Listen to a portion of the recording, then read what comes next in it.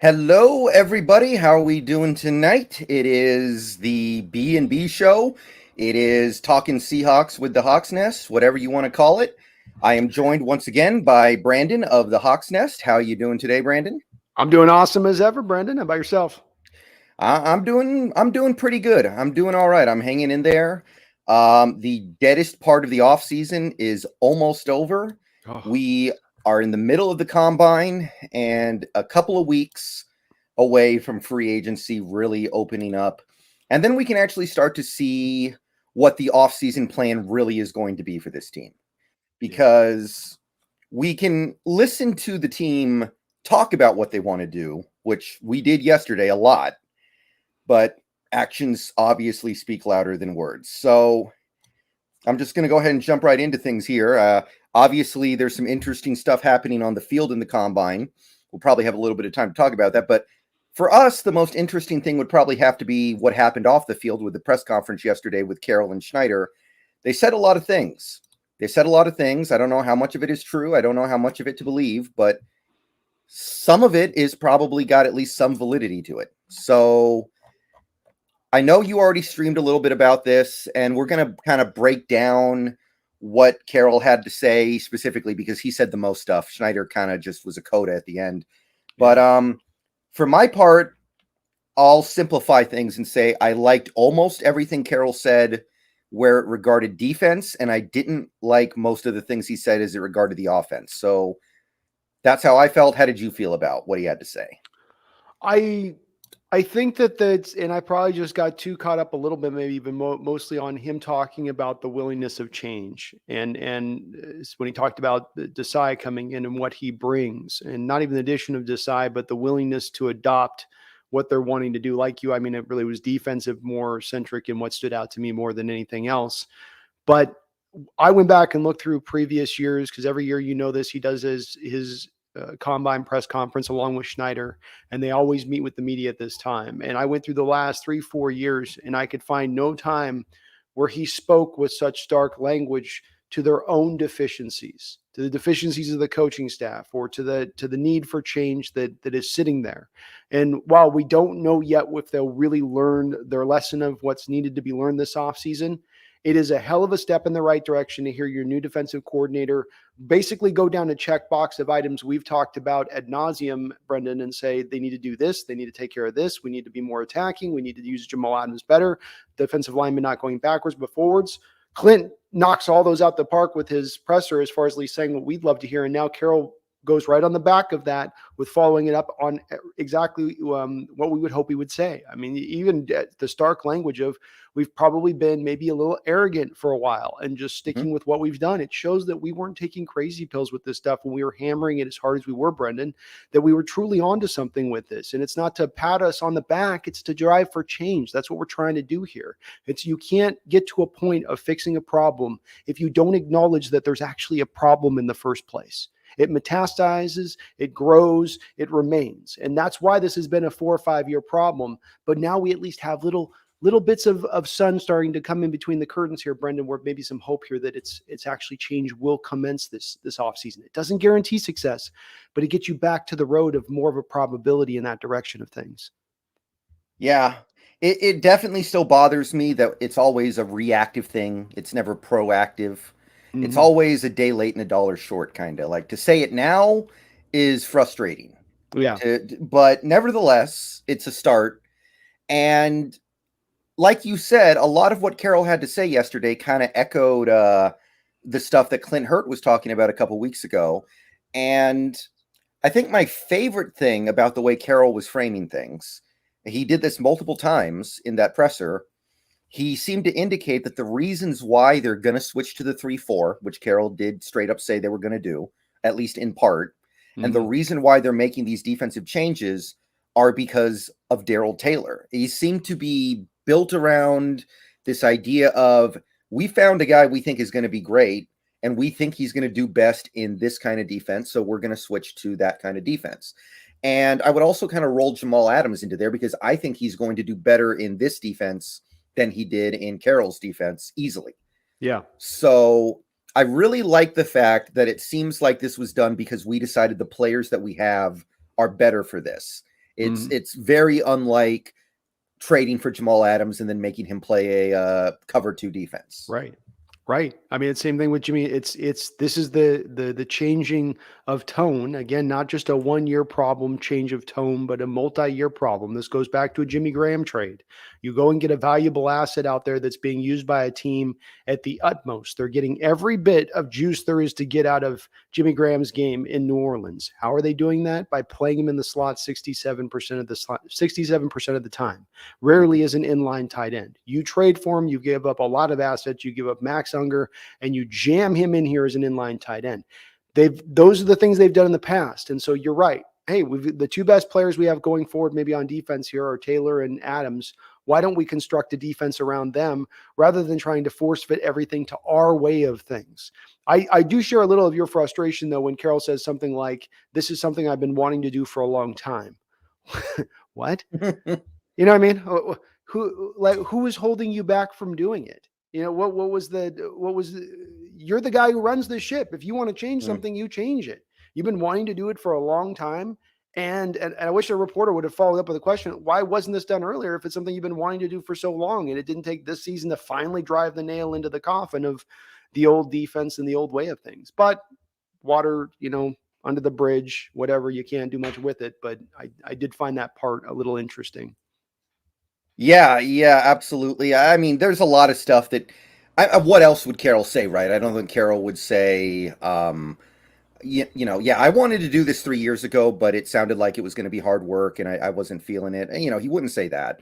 Just like he wouldn't say that, oh, Jody Allen forced me to do this stuff. I don't want to do any of it, Yeah. Which he did actually, I think twice in this presser, Carroll actually said, Jody Allen put no pressure on me to make any changes. I'm making these changes because I want to, which I found to be kind of funny because, me think the lady doth protest. Yes. Protest too much. Yeah. But who knows? He could be right. He could be right.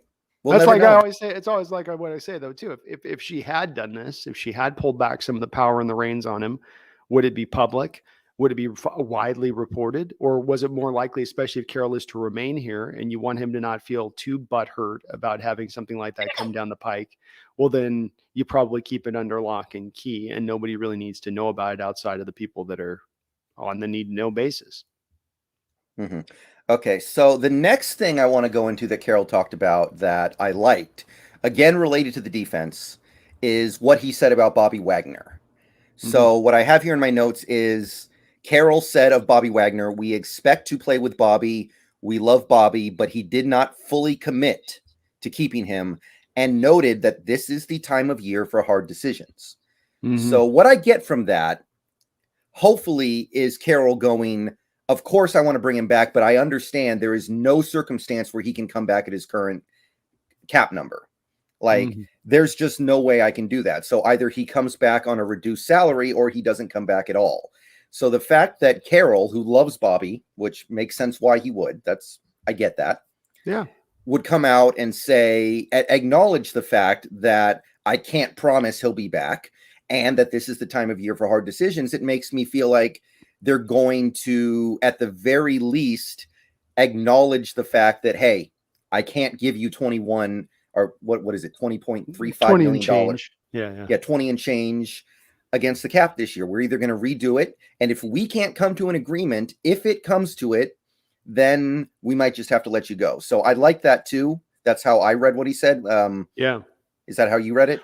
It is, and it goes in conjunction with Bobby said at the end of his press conference at the end of the year, where he acknowledged, I'm a businessman, and I'll come back and talk with the front office when he was asked a very similar question about his future in Seattle, seemingly acknowledging, I'm going to have to probably go a little bit beneath where I'm at right now to make this work. How far beneath? To me, that's really where the question is here, Brendan, where it's a matter of, okay, well, if he saves us $3 or $4 million, we'll start bringing Bobby back. It's got to be a pretty significant discount from where I stand on things at this point. Understanding you still have a $4 million bonus money situation, right? So whatever you drop him down to base, you add $4 million in bonus on top of.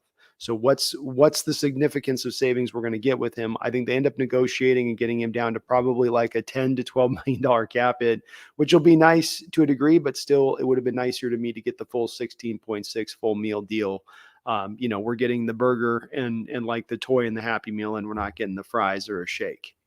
That's a little bit with that a bit. I mean, we'll see. We'll see. It could go a lot of different directions. It is. I mean, it could. It could be 5 million. It could be 12 million. It could. It's all over the place for me. I don't know what to expect. To your point, at least they're saying we're going to have to make some hard decisions here, as opposed to saying Bobby's coming back. He's been here forever. We just got to ride with him. It was a little bit of a weirder year last year, but he was still an all-pro. No doubt he's not here. This is at least they're saying something that's at least encouraging. Okay, they're on the pathway to making the right decision at the end of the day when it comes to this. Leland Kimball, thank you for the $10. What's up, fellas? What's up to you as well? We're doing good. Hey, Leland, good to see you, man. Yeah, good to see you on the channel, Leland. Okay, so let's see here. There were a couple other things that he talked about on the defense. He talked about the way in which the coaches on defense would work with each other. Basically said Desai will scheme coverages with Carl Scott, and then Clint Hurt will coordinate it, focusing on improving the defense from the front. Mm-hmm. So that's kind of what I expected. That's what it sounded like to me. It sounds like Desai is going to put together stuff during the week, and then Clint Hurt is going to coordinate it. Now, I can't guarantee that that's going to work because there is such a thing as too many cooks in the kitchen. Right. But I don't mind this idea. I think conceptually it has a chance. I kind of like it. I do too. I'm a big pro Desai guy and looking into him quite a bit. I think that the playing defense is no longer, you can run it in a simple way. You've got to run it with some complexity. And however it takes to get to that point of complexity, be it a meeting of many minds to get there, so be it. As long as when you arrive at it, you leave away from the simplistic nature of things and how you've leaned in that direction in recent years past, which is part of what Carroll's talking about in his arrogance and taking so long for them to actually come to change. This is what it's going to take. And so you've got the outside mind in, Brendan. You didn't just try to elevate from within and say, okay, we're going to run Vic Fangio stuff without any Vic Fangio disciples or any people that know how to do any of that. We're just going to, which would have been the old way, right? Wouldn't have been 2018. That would have been the way. Well, we're going to elevate Norton and we're going to we're looking at some of this Fangio stuff. We're going to try to force that into it. You need the guy that can teach it. You need the guy that can show it. Let Hurt not have to worry about the secondary stuff and just focus laser lock on the front seven. Hell yeah.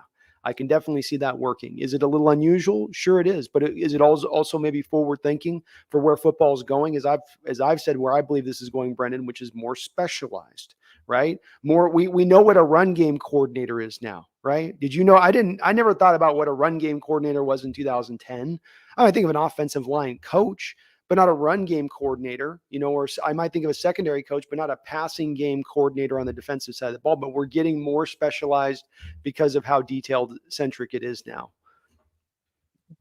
Randy McDaniel, thank you for the $4.99. Did y'all catch Carroll saying we always spend all our money when referring to the cap?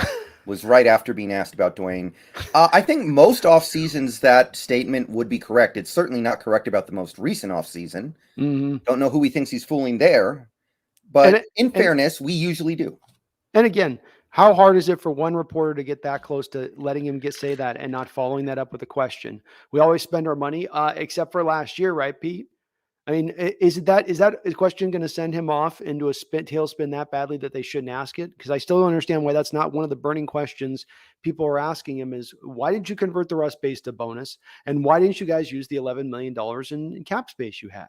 It would seem like about any kind of reporter worth their salt would at least maybe just present that a little bit to him, especially in this kind of situation, especially after he says that. Right. Absolutely. Okay. So the next couple of things that Carroll said about the defense regarded Jamal Adams. He addressed the injury, the recovery, said some pretty generic things there. But one thing that he did mention is that they didn't get to implement everything they wanted to do with him because of the holdout. And they didn't have enough time to do everything they wanted to do with him. And he said, this is going to be the first offseason where we really got to do what we wanted with Jamal Adams, because the first offseason was COVID. Last offseason was the contract holdout. So I don't know if I'm too thrilled about, a Jamal Adams holding out when he actually has stuff that he needs to be doing. It's a little more understandable to me with a guy like Dwayne Brown, who's been here forever and didn't necessarily need that training camp time. So that kind of doesn't sit well with me, but it does indicate that hopefully we will have a more cerebral understanding of how to utilize Jamal this season. So I liked that. It's encouraging to see. I mean, I'm with you. It's a little annoying to me. You're giving up the draft capital you are for a player who's going to take you. I mean, here again, understanding this too. Jamal holding out, Jamal asking for what he was asking for, Jamal taking the time he was to get the negotiations fulfilled. This was something Seattle would have been very well aware of where he was going to be with that when they made that trade with the Jets. Hey, New York Jets, Joe Douglas, you got Jamal right there right now, right? Yeah. What does he want to be paid?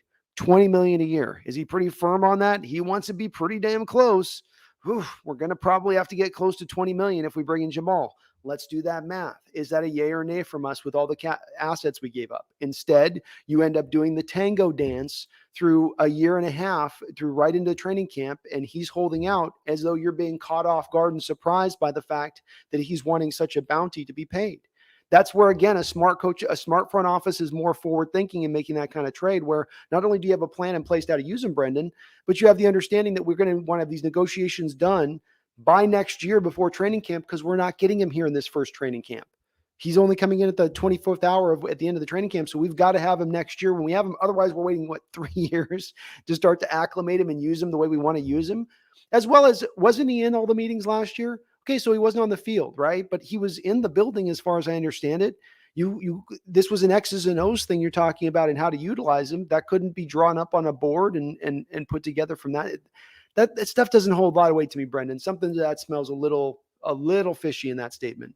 It does sound like a little bit of an excuse, but I'll say this. I do have a decent amount of confidence that we will use Jamal Adams better this year than we did last year. It would be hard to be worse, but I think it will be better. But you're right about smelling something a little fishy there. It sounds a little bit like it could be an excuse, but yeah. I do like the fact that he's acknowledging that, yeah, that is not the way we meant to use Jamal when we got him. And above all else, that's what we take away. There's some stuff in this stuff that's going to annoy us, but I think we both are of like mind here. You walk away still highly encouraged by what you hear from Carroll in this respect, at least, that okay, we're going to start to fix the potholes. We're not going to have to just run through them every year again and again, breaking up the tires. Mm-hmm. Okay, the final thing that Carroll spoke to about the defense that was at least a little interesting was that Desai was intrigued by Ryan Neal and Marquis Blair, and he also said that Blair is well on his way back from the cracked kneecap.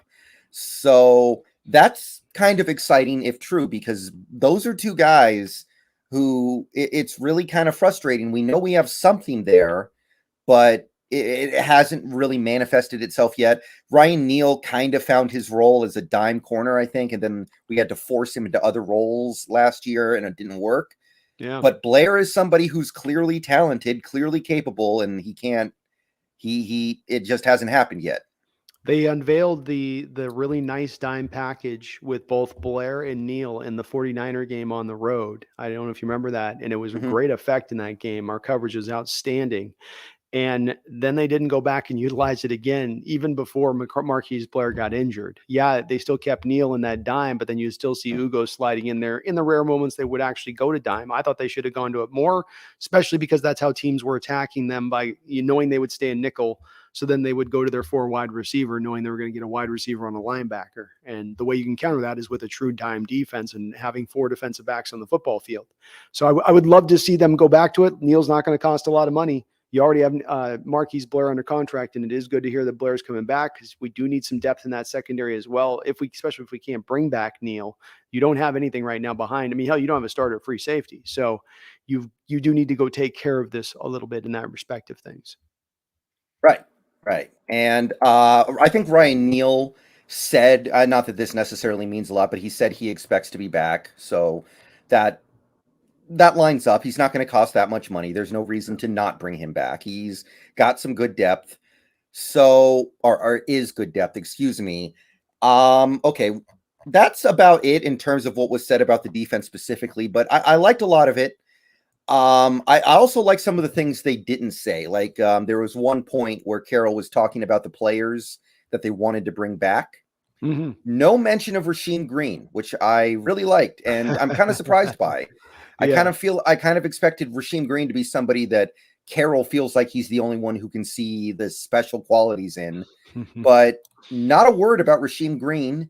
in that press conference, which surprised me. Also, no mention of Al Woods, which also really surprises me. But I don't hate that. I kind of like the fact that if you take him at his word, it sounds like we are considering kind of moving on from some of those guys. So I personally like that. I'm hopeful of it. I think a little bit of what he's saying in regards to the guys they talk, we want to bring these guys back. We have these guys we want to like. I think that there's definitely a want to bring those guys back to a degree, but I also think there's a little bit of lip service going on there too, where it's also sort of, we're not going to show you our hand, but we're going to say all the right things kind of statement that comes out a little bit. But I like this, to your point. If you've got Rasheem Green not mentioned, which he would just do as seemingly as sort of just a broad stroke, we love all our guys type of thing. I think probably stands out as good chance that they've acknowledged here that he isn't coming back and that they don't see him in that realm of things. So, yeah, I don't know. I was just surprised that he didn't even mention his name once, to my knowledge. It to me, it's a pretty strong indicator that he's probably not going to get much of an offer here. So I like that. Okay, so that's most of the stuff on the defense. He did talk a little bit about Quandre Diggs and DJ Reed and Sidney Jones, which I have mixed thoughts on. I understand that they're good, valuable players. I don't know about bringing back all of them the way Pete is saying like he wants to, but I can understand that. I understand why he would want to keep players who are good. Yeah. I understand. I at least I get that. So we'll kind of wrap that into some of the stuff we talk about with the stuff that I didn't like with this press conference. And most of it has to do with the offense. So let's dig into this a little bit here and see if you can offer up a little bit of a maybe alternate perspective and maybe bring me back down to earth a little bit. Okay, so one thing that I liked is that he never mentioned Kyle Fuller's name. So that has to be a big win right there. No indication that we're thinking about bringing back Kyle Fuller. So we're starting off on the right foot, I guess. Is Kyler Fuller restricted? Isn't he RFA? I'm pretty sure he's a UFA. Let me check here. He is a UFA. Okay. So at the very least, he didn't pay any lip service to the 3 Kyle Fuller fans who are still out there. Well, maybe that could have been the Solari thing that got Solari clipped too. Is maybe Solari was a big Fuller guy, Maybe. You would think that would be kind of weird, though, because he's so physically weak. He's getting run over by safeties. It's true, but sometimes these offensive linemen, like with Cable, they get their love affairs with certain guys that you're like, why are you putting him out there? It's like, oh, he's just going to round out here at some point soon. Just got to give him a little more time. Do we? Mm-hmm. No, we don't. Well, let's bring Joey Hunt back at that point. Come on. Yeah, exactly. Joey Hunt was better than that. Just about the same level at the very least. I'll tell you that. Mm-hmm. All right. So the first thing that Carroll said in this press conference that kind of made me pause, although this isn't a big deal, but he talked about Geno Smith a little bit. And when he was asked about the DUI, he basically ignored it. So I don't know. I think that's kind of weird that he would just blow off Geno Smith going 96 on the freeway.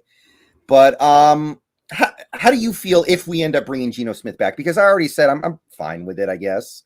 But do you have any strong objection to that personally?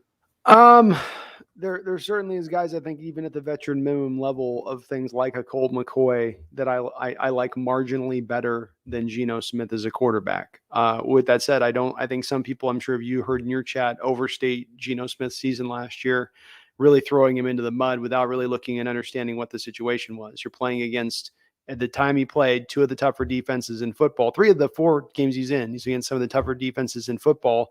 He balled out against Jaguars, who weren't a good defense. What do you expect on a veteran minimum backup quarterback? That's what you're going to get. I think as long as you've got Russell Wilson here taking up nearly $40 million of your salary cap, you can't afford to go out there and get Marcus Mariota at $5 million on a 1-year deal. That's too costly. That's too much money to put into the quarterback position. It'd be great to do it.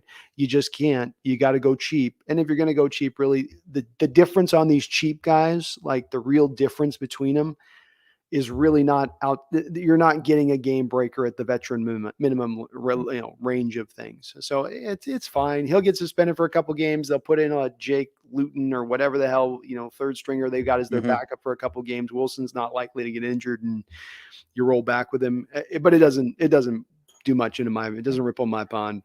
Yeah, I was kind of surprised Pete just kind of blew off the DUI thing, though. It's like, you as an NFL player, you really don't need to be doing that kind of stuff. I think they even have a service specifically for athletes to drive them places when they're drunk. Like there's actually like a specialized service. It's one of my pet peeves for athletes that get caught with this stuff, be it a Henry Ruggs or be it anybody, be it with this. I mean, he had this happen after the Henry Ruggs situation. Like, you're really out there speeding around at 150 miles an hour drunk after you found out Henry Ruggs and what's happening with that guy and what that's done to his career. To me, it just blows my mind a little bit. And it's bad decision making. And don't get me wrong, it drives me nuts with all the resources they have available at him. But I will say that I think the team's not necessarily in the past ever really showed a real hardened edge towards the, maybe substance stuff a little bit. It's more of the, if you lay your hands on women thing that seems to be their, which rightfully so, seems to be their line. Right. Okay. So that's not a big thing, but I feel like this next thing is, and it has to do with the running back room. Carroll talked about Penny wanting to bring him back, which, okay, I want to bring Penny back too for the right price. But then he gets into Chris Carson, and it's very clear that he wants to bring Carson back. He does acknowledge there are some difficulties there. He does acknowledge the neck surgery is a big complication, and he didn't commit to him, but it's really starting to sound to me like Carson will be here in 2022. And I said it in my video, cutting Carson saves you about $3.5 million. It's not that hard for a running back to be worth $3.5 million, right? Like Carson, he doesn't need to play 17 games. He doesn't need to have 2,000 yards. If he could play even 10 games, have 800 efficient yards, 900 efficient yards, that would be earning your money. It's not that hard to pull off. But for me with Carson, it's not even about the money. It's just about, I feel like this ends badly, like him getting carted off. So that kind of discourages me. I don't like the pie in the sky thing of thinking Carson's going to come back from a neck injury. So for you, the line sits at about 800 yards of total yards you get out of Chris Carson at $3.5 million for the cost. That would be for you, the price of doing business on that would be acceptable. I think so, as long as it's efficient, like not 3.5 yards a carry, 4.6 yards a carry. Yeah. Right. Well, I think if the thing we can say about him is he's, just checking his stats right now, all 5 years he's played, he's been over 4 yards a carry. That's something that he's going to get playing behind much worse offensive lines. But we look at the last 2 years, 2020, 141 carries, 681 yards. That would be short of your mark. Last year, 54 attempts, 232 yards. That would be short of your mark. Now, the previous 2 years he did hit it, but the question comes down to me is what could you do with that $3.5 million? What else is it that you can get aside from that? And how likely is it that he actually is able to hit that mark you're talking about, to actually land on that 800 yards? And to me, he has been injured every year of his career, not just in the pros, not just in college, but all the way back to high school. Every single year. He's got now a fused neck that's not going to unfuse anytime soon. He's got a multitude of other injuries that go beyond the neck. It's not just the neck. It's this, it's that, it's this knee, this. And so from my standpoint, I go, that kind of risk for my upside being 800 yards at Brendan, because that's your upside. That's basically your top mark, as well as being your minimum mark. That's about how you're going to get out of him. I don't think there's another 1,000-yard year out of Carson, unless it's just because they've added the extra games.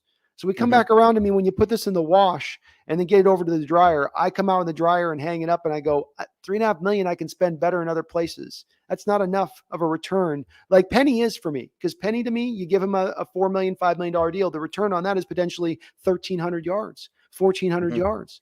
That's got some return. This is like going to a stock market or going and buying some whatever the newfangled thing is, the NFT, and you're going for the low end return. Like, in 8 years we'll get 4%. Well, I'd like a little bit more than that. And it's not that Carson's bad, but how good is he, Brendan? What is Carson? Let's say Carson's never at 100% health again. Carson has a return to be 93% at his best going forward. What is a 93% Chris Carson in this league ranked running back wise?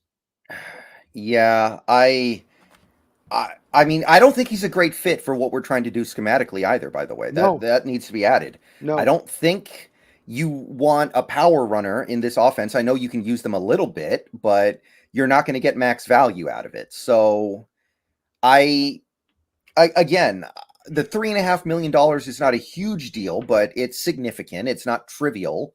And more than just the money thing, to me, I just kind of feel like it ends the way Ricardo Lockett ended. It just feels like I have a very bad feeling about bringing Chris Carson back to play football again. So that kind of discourages me. It seems like Carroll kind of feels like he found his Marshawn Lynch 2.0 in Carson and doesn't want to let it go. Really doesn't want to let that go because he loves that so much. But I don't think it's going to I hope that Carson is one of the hard decisions that they make this offseason, personally. I do too, and it should be an offseason about making hard decisions. You were in the cellar. You weren't on the top of the division last year. You need to make some tough decisions. You don't have a first-round pick, which means you have to maximize out your salary cap space. And you don't do that by holding on to players for sentimental reasons. Well, he was so good for us back in 2018. Well, he's so good for us when he burst on the scene. I appreciate that. He's not a bad back, but he's not a top 5 back. He's not a top 10 back. He's probably not even a top 15 back if we really break it down. Maybe just barely. Maybe. But that's, to me, again, is this worth it? Is that worth that kind of cost? And $3.5 million may not sound like a lot, but it actually is. It actually adds up to quite a bit, you know? Okay, so now we're kind of getting into the stuff that's a little more concerning to me if you take Carroll at his word. So he talked a little bit about Andy Dickerson and said that the reason why he got promoted was because the offensive line improved as time went by, and that he's going to keep us more focused scheme-wise, which that's good. Yeah. I like that. That part of it is good, but then later in the press conference, he said, in regards to the offensive line, he says, we like our guys, and then Dwayne Brown is defensible, right? Because over the last week or so, it's become pretty clear that we're really going to try to keep Dwayne Brown. I don't like it. I'm not happy about it, but it's defensible, right? Right. Because there isn't a whole lot else you can do that's better other than Armstead. And maybe you have injury concerns about Armstead that are understandable. Yes. But you're talking about bringing Dwayne Brown back. That is a 37-year-old guy with a bad knee. I don't think he's a good fit for this Andy Dickerson scheme. And then he actually spent some time talking up Posick and wanting to bring him back, which, okay, I understand. I want to bring Posick back too as a backup, but the way Carroll's talking, that's not the impression that I got. It kind of sounded like that he actually wanted to bring Posick back as a starter, which to me is almost malpractice. There are a lot of centers in free agency that are clear upgrades over Posick. And while I recognize that Posick is a decent scheme fit for what Waldron and Dickerson probably want to do, he's still not that good. So this is the part where it really starts to concern me. When we started talking about the offense in this presser, everything was just about continuity. We want to get our guys back. We want to bring all these guys back. We want to bet everything on continuity. That's when I started to have a problem with some of the stuff he was saying. Yeah, I'm with you in the respect of the center position needs an upgrade. I'm with you as well on the Dwayne Brown thing. I think it's more of a logic and reason exercise when you get to Dwayne Brown. I did a top 20 list of free agents, just a top 20 list, right, Brendan? I think I had Dwayne Brown at 11th. And people were up in arms. Why'd you put him in 11th? Why'd you put him at, you think he's 11th best free agent? No, it's a free agent list that's pertinent to the Seahawks and their needs and what's available. And scarcity dictates you might be having to double back your way to Dwayne Brown, like it or not. There's not a left tackle in the second round. There's Teron Armstead, maybe a guy that say nothing of, does he want to come here? Do you want to pay all the money he's going to get? Is the market going to drive crazy on him? There's just not, it's a scarcity market. There's not a lot there. Center is not that way, to your point. A little bit, Brendan, I'll say. Kelsey's not on the market yet.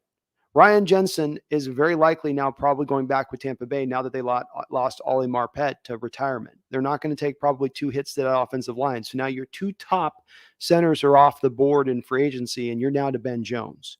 So it has lessened out just a little bit as far as free agency versus what we kind of thought maybe even a month ago.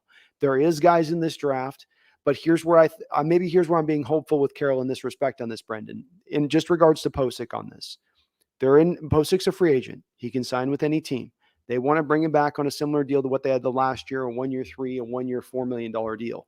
He wants an opportunity to start. He doesn't want to hear, we're going to go get this other guy to start in your place, and you're going to have to compete with him. if you go and you're negotiating him back on a low end deal like that, and you're saying you'll be the guy that be number one, we might bring in competition, but you'll be the number one guy. This may help in bringing him in. And if you're talking about having Posick here as a backup, even on a $3 million deal, I'm okay with that. 17 game season, extra playoff game. You need a deeper roster. Perfectly fine with that cost. It's an investment into the offensive line. But to your point, you better go get another center on top of that. And not a Fuller type, not a Joey Hunt type, but an actual guy with some talent that can push Posick. In a true let the best man win sort of competition, not the let the best worst man win. Right.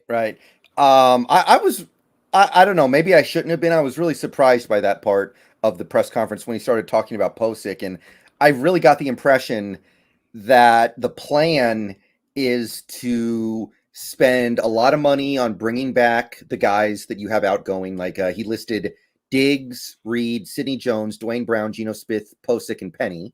So that's 7 guys. And then the money that's left over is probably going to go towards redoing this defense a little bit because we're switching to the 3-4. We have to. That's understandable. But it almost sounded like we're not going to change anything on the offense. And that would be that's really disappointing to me because I'm not discounting the value of continuity. But if we really run back with the same 5 starters on the offense, except no Fuller and Posick in his place, that's really, really, really underwhelming. I'm shocked by it too. We had some suspicions though. Remember, we were thinking, man, 3-4 sounds great. Multiple hybridized, all that sounds amazing, but you're going to need to go get those guys. But you have only a finite amount of resources, but the offense kind of needs some help here. How does that all work together there? And well, you come back around to that old thing, right? Ken Norton liked himself linebackers. Coach Carroll likes himself defenses. And if he's switching to a new defense, is he going to want to switch to a new defense and not have all the little parts and pieces to make that defense work?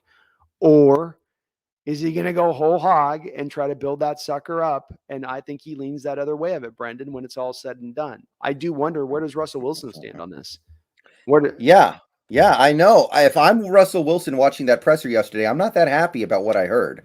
Right. I made a video about it this morning where it really just sounds like, we are 26 months removed, something like that, from Wilson coming out and saying, I think we should sign some superstars. I really would like to get some superstars. Have not gotten any since he asked that. We are 14 months away. 14 months ago, Wilson came out and said, I'm tired of getting hit so much. All we've really done is trade for Gabe Jackson. And whatever good came out of that has been canceled out by the fact that you had to move Damian Lewis to accommodate him. Yeah. Now, okay, that's not totally fair because you did bring in Waldron, and his new offense is supposed to let Wilson get hit less, but that's a work in progress. Yes. So TBD. I don't know. Something I kind of feel like Wilson should take some guidance from our neighbors up north and maybe go jump in an 18-wheeler and park outside the VMAC and start honking the horn. And just to remind you guys, hey, let's get this offensive line fixed. Just park out front and say, I'm not moving until you bring me a better center, please. He could get plenty of 12 fans who've been wanting to see him get hit less, who have True R truckers and own trucks who'd want to go do that. I bet he could sign them up for it. No doubt about it. So here's the one thing I'll say to it, Brendan, is I've said to you on this, I don't think Wilson comes back, but with assurances. I think that he will force his hand and that's not ensure what you're talking about here with where Carroll's going in this direction that's nowhere close to assurances, is it? Mm-hmm. Nowhere near the vicinity therein of. Oh, we're going to put all our money back on basically mostly defense that we have available. We're not really doing anything to the offensive line to bring anything new outside of maybe a rookie flyer at the center position to compete with Posick. Hopefully Curhan is enough as an undrafted guy on the right side. Is that they're not bringing back Shell. I guarantee you that, unless it's like a veteran minimum deal or super low, and he doesn't get you excited. So I think this portends badly towards the Russell Wilson situation as we look at this next month and a half, where if there is going to be a Wilson move, it will happen in this month and a half. And if Carroll's indicating that they're not going to be giving the parts and pieces that you just talked about, Wilson's been asking for now for years, I think we get closer and closer to that realm of Wilson being like, okay, and I'm done with it. I hope not. I sure hope not. This is part of the reason I want to see the offensive line brought in. This is part of the reason I want to see him given the these assets. But boy, it does look like it's heading a little bit in this direction to a tiny degree. Yeah, it seems like the bet is being made on continuity and the Waldron offense, which I guess that there is some merit there, but that is quite a hefty bet to make. But You don't have to make it. But again, too, it's like you're betting on Waldron, but you're not then at that point, are you? Because you didn't bring in the mobile offensive lineman last year. And just because you're elevating Dickerson and he's teaching the techniques and the intricacies of those techniques does not mean you've brought in the proper personnel to make it work at its best. And so you're hamstringing the very scheme you adopted last year at that point, not really embracing Waldron. Yeah. Yeah, absolutely. And looking at the offensive line, the way it may shake out in 2022, you got Dwayne Brown, not mobile, not anymore. Once upon a time, sure. Yeah. Gabe Jackson, not very mobile. Nope. Damian Lewis, really not mobile. Nope. Curhan, Not, but he's got game speed, but his testing numbers were miserable from college. Yeah. All the short, not the 40, even just, I'm talking, the 40, the short shuttle, broad jump, the explosive scores weren't there for Curhan going back to college. Yeah. Poltik isn't too bad at it. I think I'll say that, but you're not giving him a whole lot to work with there. And I mean, I hope at the very least we swap the guards out. Maybe you put Phil Haynes at left guard and just say bye-bye to Gabe Jackson. I think Phil can do it a little better than Gabe. And then it's okay, but it's not great. And I think my main problem is the ceiling is so low. You were talking about the low ceiling, like the low potential of the Chris Carson thing. I'm looking at this offensive line. I'm seeing an offensive line that even in the best case scenario will not be top 10. It'll be somewhere around that 12 to 14 range if Dwayne Brown doesn't fall off a cliff, if Gabe Jackson doesn't fall off a cliff, if Jake Curhan pans out. Like it's a lot to hope for just for an above average offensive line. I might tell you, I might slide in. I think that they're late teens as an offensive line running this group back overall. Just where I would put it out and project it out. And where does that put us as a team? If we are the 19th best offensive line in totality next season, what is our upside no matter what they do on the defensive side of the ball? No matter what dogs and stars they bring in, Chandler Jones, Von Millers, whatever else, really, what is your top end at that point? Yeah. I mean, I'm talking about the best case scenario where Dwayne Brown fights off Father Time, Gabe Jackson fights off Father Time, Posick is as good as he was for the end of the season last year, Curhan takes a step up, and Damian Lewis gets to go back to right guard. I think it could be like top 12, top 14, but that's still a lot. That's not great upside. There's no scenario where this offensive line, as it's currently constructed, is top 6 or top 8. It can't happen. It's impossible. It's basically impossible. Not one first round pick on that line, not one bit of major money invested into that line either on the other end of it. I mean, it's hopefully they can get to 12. I'm pretty skeptical of that though, with that type of minimal investment. Right. And it's kind of funny you talked about the Wilson trade, because a huge part of this press conference was Carroll and Schneider basically saying, we are not trading Wilson, go away, stop calling us, stop bothering us, we're not doing it. No offer has intrigued us. We have no interest in trading him right now. It did occur to me, I can't help but look at it this way, and I know it's not a one-to-one comparison. Ever since Aaron Rodgers basically said, I want out of Green Bay, it seems like Green Bay's been listening to him a lot more than they were before. So it almost makes me wonder. I kind of wish, a part of me kind of wonders what would happen if Wilson said, get me out of here. Would Carroll go, whoa, okay, this is real now? Or would he just go, okay, get out of here? Like, I wonder if it would have that Rodgers effect, because I don't know if you've been listening to what the Packers are saying the last few weeks. They're basically saying, we will mutilate our future to make Rodgers happy for one more year. We will destroy this team if you say you'll come back. And that happened because he came out and said, hey, get me out of here. And then they took him seriously. Right. Well, I think that there was a couple things that led into that too, though, right? It is the lack of Jordan Love's development. It is Aaron Rodgers maintaining a high level at an MVP-like level, even as he's getting aged as they thought he was going to drop off. It's the way that then the fan base receives that and that whole situation and how it plays out, where it has shifted into Aaron's favor versus the front office, where they don't look good in it. He looks good because he's the one still balling out and they're trying to find his replacement.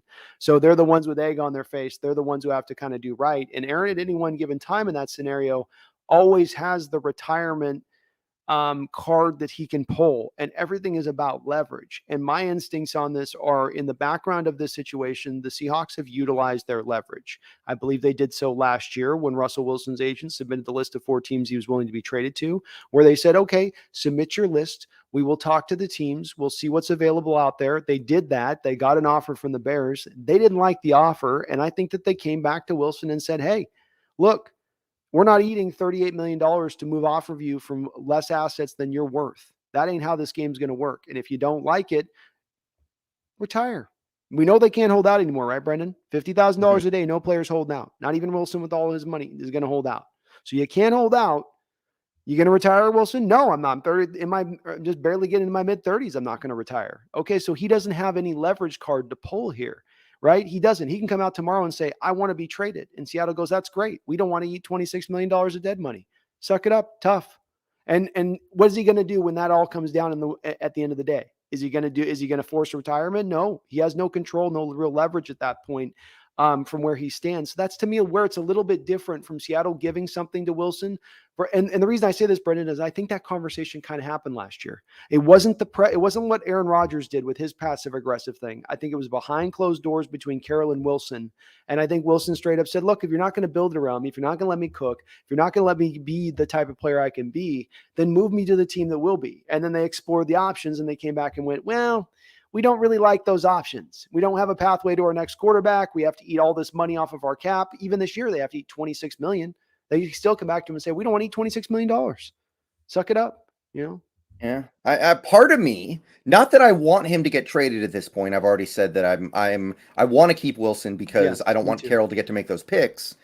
But part of me would have almost respected it more if Carroll came out yesterday and said, yeah, we're going to try to trade Wilson. At least that would be trying to change something, because offensively, a lot of this press conference was just, we're just going to keep trying to do the same things we've always done.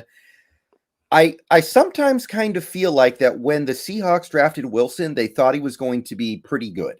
Mm-hmm. And they were like, okay, we're going to build this great defense and we're going to win with a pretty good quarterback. And then Wilson ended up being better than they thought he was going to be. He ended up being one of the better quarterbacks in the league for a while. Yeah. And then they were like, oh, okay, I guess we have to pay him, but we never thought this was going to happen. So we don't understand how to do the things that you need to do when you have that elite quarterback making elite money. Because, and this goes into something that Schneider was saying that really irritated me. He said in his presser that they're going to likely not use any void years or redo any deals to push their cap into the future. I don't think that's possible to win unless you have a quarterback on a rookie contract. So part of me is like, if that's how you feel, just go get the quarterback on his rookie contract. Mm-hmm. I'm with you as well. And I honestly, you gave him a little credit there in saying they didn't know how to do this with a quarterback. I disagree. I think that they know how. They didn't make the commitment to doing it. And it's where what Russell Wilson has a leg to stand on when he says, give me hit less, give me some superstar. You don't do those things. You never give him a top rate offensive line throughout his 10 years here. He's got a leg to stand on to say, why don't you guys give the Hall of Fame MVP contention level quarterback when I have the decent offensive line in front of me? Why don't you give me that line for once and see what happens, Coach Carroll? But Brendan, he wants his defense. And it's that you can't have your cake and eat it too in the NFL with the salary cap. You can't pay your quarterback $40 million a year and then build up this defense hugely and spend all this resources on the defense and then have the great offensive line too, along with the skill position players. You're going to have to cut something away somewhere. And Carroll cannot make his peace with the fact that he's got to cut into his defense. We're going to see it, I think, this offseason with where they put a lot of resources back into that defense with the changes that are going to happen. And this is the part I'm with you on. It's like, look, it's S or get off the pot, right? It's if you're going to pay the guy the money, you're going to pay him, support him, put the assets around him, build around him, and see what happens. If you're not, then move in a different direction. If you so trust your ability to just build the team and it's not the quarterback, it's the team, well, okay. But this is where they get a caught in between making a choice, Brendan. They've got a road. it forks, and they take that middle part of the road rather than actually taking one of the two paths. And that's what I think you're talking. I'm not trying to talk for you, but that's what I think you're sort of speaking to a little bit. Is it's like, how can you do this halfway, both directions, and expect to get an elite football team? That doesn't seem to add up in our minds. Yeah. Yeah. When Schneider said that, I almost kind of felt like, I feel like that's by default almost a fireable offense to think that you can get away with that when you have this quarterback making almost 40 million, because my sense is that if you have that quarterback, you are not going to win a Super Bowl in the NFL the way it is right now if you're not willing to use void years, if you're not willing to redo deals to create cap space. Because here's the thing. Right now, you can look around the NFC and you can see a few teams that have gone all in, like the Rams. And the Packers are in the process of going all in even further. The Cowboys are starting to do it. You can wait those teams out, but in a couple years, there are going to be other teams that are going all in. In a couple years, it could be the Giants if they find a rookie QB that they like. It could be the football team. It could be any team. But the point is, there will always be a team that is aggressively going all in to just win right now. So if you think the strategy is to just be the tortoise and let the hare just burn himself out, you got to understand there are 5 other hares behind you that are just going to run right past you anyway.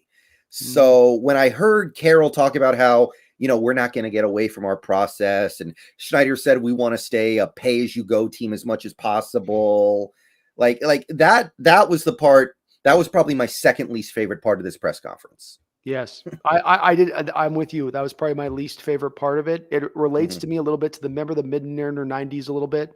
With Kid Griffey, and you had A-Rod, you got Randy Johnson. You have this great young team coming up. You had other players in addition to those 3 stars. So you had guys, the Vizquels and Coras, and a good team, a good solid team all the way through.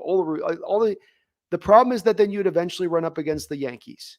You'd eventually come around to where you could win your division. You could win a playoff series. But at one point or another, you're going to run back into the Yankees. And at this time, the Yankees were spending like 70, 80, 90 million more than the next baseball team behind them. It was a significant difference in what they were putting out there. And this is a little bit of what when you're talking about teams going for it, this is to me the equivalent of a Rams team going for it right now, or a Green Bay Packer team going for it right now, is that they're having advantages that you're not able to, you can utilize, but you're not utilizing. Instead, you're saying we're so good in our process, we don't have to have those advantages. We're so much better than them in drafting and spending our money, which is great if that was the truth. But where's the evidence to back that up? There's none. There's literally, I can argue that since 2012, the Seahawks are probably one of the 5 worst drafting teams in the NFL. They have had draft classes that they have gotten nothing out of. One of our draft classes, our best player by far was Luke Wilson. Yeah. And there's been a few of those, and it's been a slightly better recently, but make no mistake, they're not hitting home runs here. They had a good couple of years in the 2011, 2012, and it's been kind of a wasteland since then. And here's the thing, they've acknowledged this, Brendan. They know this. There's this thing where they play weird with this because you're making these crazy last minute trades where you're having to give up some pretty valuable assets for Sheldon Richardson, Jadeveon Clowney, Quandre Diggs, Carlos Dunlap. You're making all these trades that are necessitated by desperation and the fact that your roster is not good enough at that point in time, and you didn't draft good enough. Oh, LJ Collier will be ready day one. He'll provide us some pass rush. Oh, he's not. Darrell Taylor, day one, is going to provide us pass rush. We don't need Jadeveon Clowney. We got Darrell Taylor now. Oh, that didn't work. Learn your lessons, man. That's what I go back to. And that's what you're not learning your lessons if that's what you're saying, what they're saying here, and that we're not going to use voice years. We're not going to do it. Like, okay, good luck. Good luck going against those teams pushing for it. Yeah, exactly. It puts you at such a disadvantage. I actually have to say that wasn't my least favorite part of the presser. My least favorite part was when they were talking about the center position, and I think it was Schneider said something about like, hey, you guys haven't had a chance to see Dakota Shepley yet. And my thing is just, do these guys think they have any credibility with their offensive line projects after Drew Nowak and Christian Sokolai? Like, they don't. Those guys have no credibility on that front. No, not only just on the projects, on the guys that are good, you can't use right. You can't use Damian Lewis right. I mean, you have his first lineman in 10 years has a good rookie year for you. First one, 10 years since Russell Okung. And you move him out of the natural position where he had that good first year to his detriment, to worse play in year 2. I don't know why when they look at the offensive line, they just, it's like it's like a mirage in front of them appears from what really we're seeing versus what they're seeing. I think I don't understand. Yeah, it's just like don't talk about Dakota Shepley until he actually does something. Like why Yeah. why are you like that's just so weird. It's like every team in the league has they could like you could go to any practice field in the world that has an NFL team and throw a rock out the window and it'll bounce off 50 people that are about as good as Dakota Shepley before it touches the ground. Yeah, you Like, poll 31 general managers and you say your depth chart going into next season is going to be Ethan Posick and Dakota Shepley. How you feeling, general manager? You're going to see a lot of freaked out general managers. You tell them that. So it's right. the fact that they're so comfortable with it is not just dismaying, but you're right. It's a little bit of this is kind of a red flag here popping up onto a bigger issue at play here, especially again, because the offensive line has been such a bugaboo for us for years now. And they still are showing no signs or willingness in anything they're saying that they're going to take care of it in the way that it needs to be taken care of. Yeah. All the Dwayne Brown talk lately has me kind of feeling like we're not even going to try to get a guy like Armstead, which I agree. I wonder, are they not going to do it because of the injury history? That would be understandable. Or are they going to do it because they cannot conceive spending that kind of money on an offensive lineman? Which one is it? I think Because they I kind of feel like it's the second one. I think it's the second one, but I think that they tell us or they tell themselves at night that it's because they don't want to take the injury risk on paying that amount of money. I think that's but I agree with you. It's in reality, the truth. If we're taking them under a lie detector test, it's that they go, well, I mean, Dwayne's so much less money. We don't want to spend that much money on a left tackle because this goes beyond Teron Armstead, right? The proof goes into recent history. That's the thing about having Carroll and Schneider here. These guys haven't been here 1 or 2 years. They've been here 10 years. You have 10 years of data to go off of. In football, that's like having a millennia of data to go off of in order to establish behavior and way they go and their track record on things and everything else. They've not paid, as you've mentioned many times, they've not paid one major offensive lineman any major money here throughout this time period. Not one. What about, well, Dwayne Brown, kind of. He got the extension. Yeah, Dwayne Brown did I'll give him that. They did give Dwayne Brown the extension. So I guess 1 in 10 years. I mean, if you look across the board, NFL, and especially the elite teams in the NFL over this 10-year period, let's say Kansas City, Green Bay, who else could we maybe point to? Maybe the Rams. I don't know if I'm in the 10-year period of Ram, but they've had more of a like. I think a great example would be the Philly team that had Lane Johnson, Jason Peters, Jason Kelsey, and Brandon Brooks. I think it was. That was one of the best offensive lines you're ever going to see. Saints always invest in, and they've gotten the return. That's part of what's kept them competitive for this 10-year period, even as Breeze was falling off a little bit. They kept putting back into the offensive line with first-round picks, Ryan Ramczyk, Cesar Ruiz. Go down the line with it. They kept just pouring in and investing into it, and the returns are there. The Chiefs have done this. Chiefs have done the same with their offensive line. The returns are there when you do this. It is. They just don't do it. Mm-hmm. Okay, I think that's about all we can say about the Carroll presser. It was interesting. They said a lot of things. I like pretty much everything he said about the defense. Didn't like what he said about the offense. And Russell Wilson needs to get an 18-wheeler and park it in front of the VMAC. I think that kind of summarizes everything. We need to get all of our truckers of Washington to route it up, get to the VMAC. I need those horns honking. I need air horns. I need all of it. Also interesting, Brendan, that I don't know if you saw the one thing that was encouraging, but just interesting and raised my eyebrow was them talking about in regards to Dickerson and Waldron, that he was saying the best stuff that they did in the run game last year came from them. Like the stuff that they were doing elite was from what they had brought with them from the Rams, which I thought was interesting.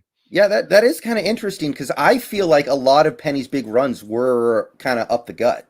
That's interesting to me. And I think it also had something to do with the fact that Curhan and Haynes got to play at the end, and those guys can run block. They were run blocking really well, which, by the way, big vote of confidence for Phil Haynes because the strike against him 2 years ago was he couldn't run block. So if he's picked that up, that's pretty good. He's a good all-around guard at that point. He needs to be given at least a chance next year. Let the competition reign. Let competition reign. Let freedom reign. Let competition reign. Okay? Let's let him have a chance this year. Don't put him in the doghouse or the practice squad and protect him so no other team can even give him a chance. I don't know why he's in that dungeon, Carroll. Take him out the dungeon. Get that key, the skeleton key out, and let's go with this, Mm-hmm.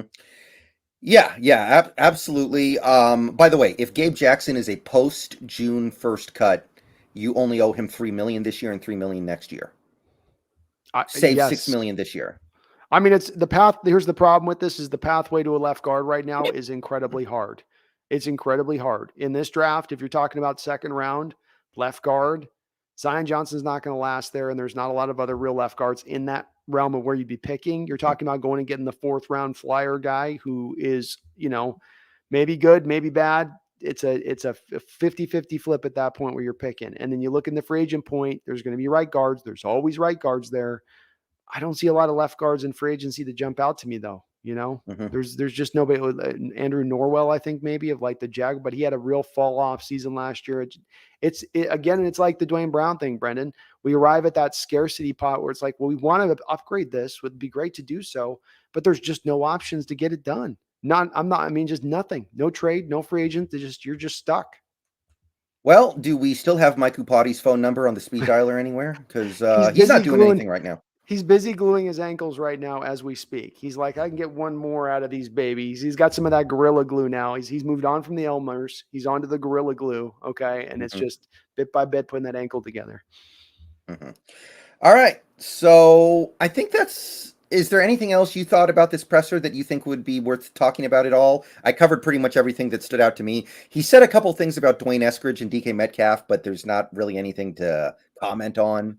Nothing that I wouldn't expect him not to say with that. That was just, sure, Eskridge is going to be a big part of your plans. He's a second round pick from last year. Yeah, you're hoping he's explosive and all those things. With D, it's going to come down to, it's a little bit like Carson, where it's like he was injured all the way to college. He was injured multiple times last year. You hear people talk about like, let's use let's use Eskridge in the Deebo Samuel role. Oh, really? You think he's going to hold up to that pounding and beating from the running back position? I barely think he's going to be able to handle the fly sweeps without getting broken in two.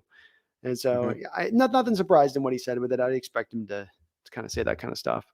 Right. Okay, so let's turn the page a little bit to the draft because I know you're pretty deep into this stuff. Already. I'm starting to get into it too. Obviously, we got to wait for free agency to clear, but we've got this combine going on right now. I think they have it like all day on the NFL Network.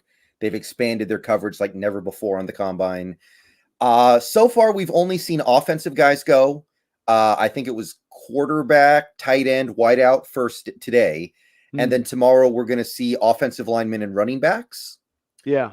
So this first day, not super interesting, right? Quarterback, we need a backup, but it'll probably be a veteran. Tight end, it's a really, really deep class of free agents, and we're pretty good at receiver.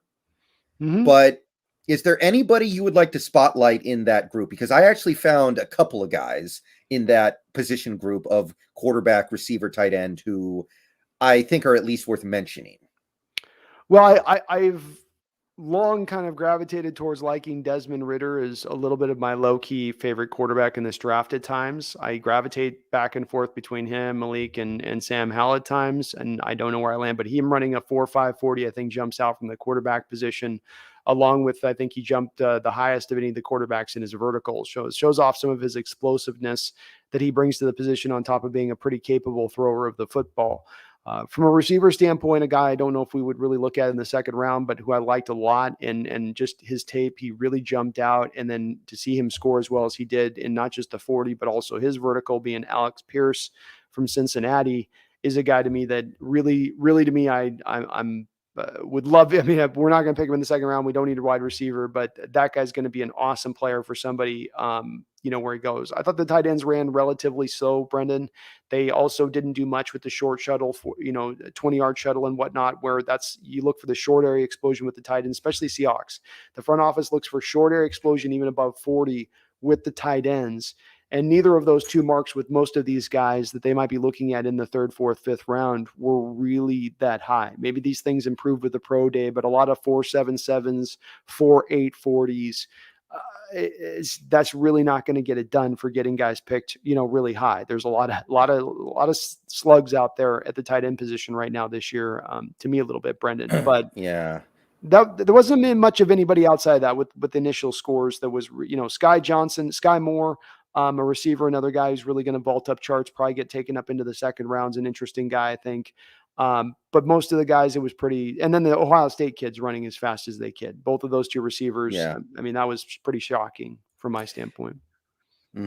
Yeah. Those tight ends sound like a bunch of future George Fants to me. Like, maybe they end up playing tackle almost. Yeah. So there okay. So I was kind of looking at the quarterbacks a little bit, trying to see if there was anybody who made sense to bring in as a backup for Wilson, if that's the route we decide to go. The guy who kind of stuck out to me a little bit was Skylar Thompson from Kansas State. Okay. I looked at him a little bit. He sounds a lot like a young Wilson. They kind of had all these attributes of like he's a magician in the pocket. He tries to make people miss and make big plays down the field on broken plays. He's, a dual threat player. He didn't turn the ball over very much, which is also relatively Wilson-like. It actually sounded very Wilson-y to me. So if we're going to keep Wilson and you want to bring in a backup that does similar things, I kind of liked what I saw from Skylar. Doesn't have the deep ball of Wilson at all. That's definitely an area where they're different, but otherwise it actually sounded very Wilson-y to me. And I think if you bring in a backup beyond a guy like Geno, I think more of a mobile guy who can run a simplified offense. If Russell goes out, would be the type to find, because that's a guy you can find with that specialized skill set who can get you a win or 2 or 3, maybe on a 4 or 5 game trek if you need them to at that point, running that very narrow offense. So I'd love to do that again too, Brendan. That helps you in the respect of Geno. You bring him back, he's a bit over $1 million as far as his salary goes. You get a guy in the 5th, 6th round at quarterback, and now that's about a $400,000 deal. So you are saving. It's only $600,000, but all this stuff adds up at the end of the day. Okay, so tight end. I talked about this guy yesterday, and apparently the Seahawks have met with him, so there is some interest. Cade Otton of the Huskies, kind of the guy who never really got out of the starting blocks. After his sophomore year, I think we were expecting great things, and then he didn't get good quarterback play. And then COVID happened, and then he was on a terrible team in 2021. But there's talent there. He's strong. He's got good hands. He runs good routes. Last year, Cade Otton was projected to be like a 2nd-round pick. But because he didn't produce, he could easily slip. If he slips down to like that 4th round, and would you do it? Sorry to interrupt you. Yeah, I consider him a poor man's Travis Kelce. That would be my relation. And look, Kelce wasn't a top 15 first-round pick, wasn't a top 30 first-round pick. He was a 2nd-round pick, and I think midway into the 2nd-round pick. So similar body style, similar sort of swerve move in the way they run the routes, right? Kelce's got that. He's a big body that'll kind of swerve around with his route running a little bit, and get open with it. It's just not the sudden, gets to the stem of the route and you're cutting out. It's more of but they're very like subtle and nuanced in their route running a little bit. And they always find a way to kind of get open off of that.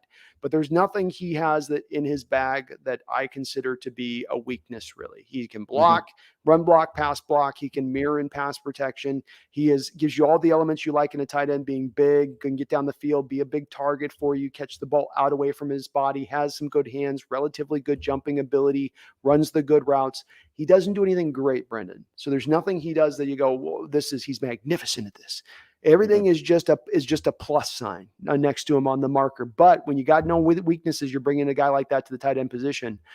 That's a useful guy in a football team. He might not give you star potential, but that's going to be nice and boring, meat and potatoes, but it's going to get you full. Right. If we bring back Gerald Everett, but we don't bring back Will Dissly, then I kind of feel like Cade Otton would be a nice Will Dissly replacement, because the way you described Otton sounds a little like Dissly to me. Dissly was kind of just okay at everything. And at this point, I don't even know if he's that, because the injuries have really kind of sapped some of his already limited athleticism. Yeah. Well, he had, and Dissly had that. If you look back on Disley's combine, that short area explosion outside, the 20-yard shuttle, the broad jump, they went over 120 inches on the broad jump on their guys. Those in the tight ends are what they're going to gravitate towards. So a Dissly doesn't run a fast 40 right at the combine, but he did have really good short area explosion numbers. And so that to your point though, some of that, what's the first thing that's going to go if you tear your ACL? What's the first thing that's going to probably go in long term as far as if you tear your Achilles? Short area explosion. Maybe you can get back up to the build-up speed point where you can get up to really near where you get up at the top end speed 40 yards down the field. But if we're talking about that first 10 yards, do you still have that jet engine, that NOS button that you can hit? And I think that's the part that's been slow to come back for Dissly a little bit. Yeah, so Cade Otton on the list.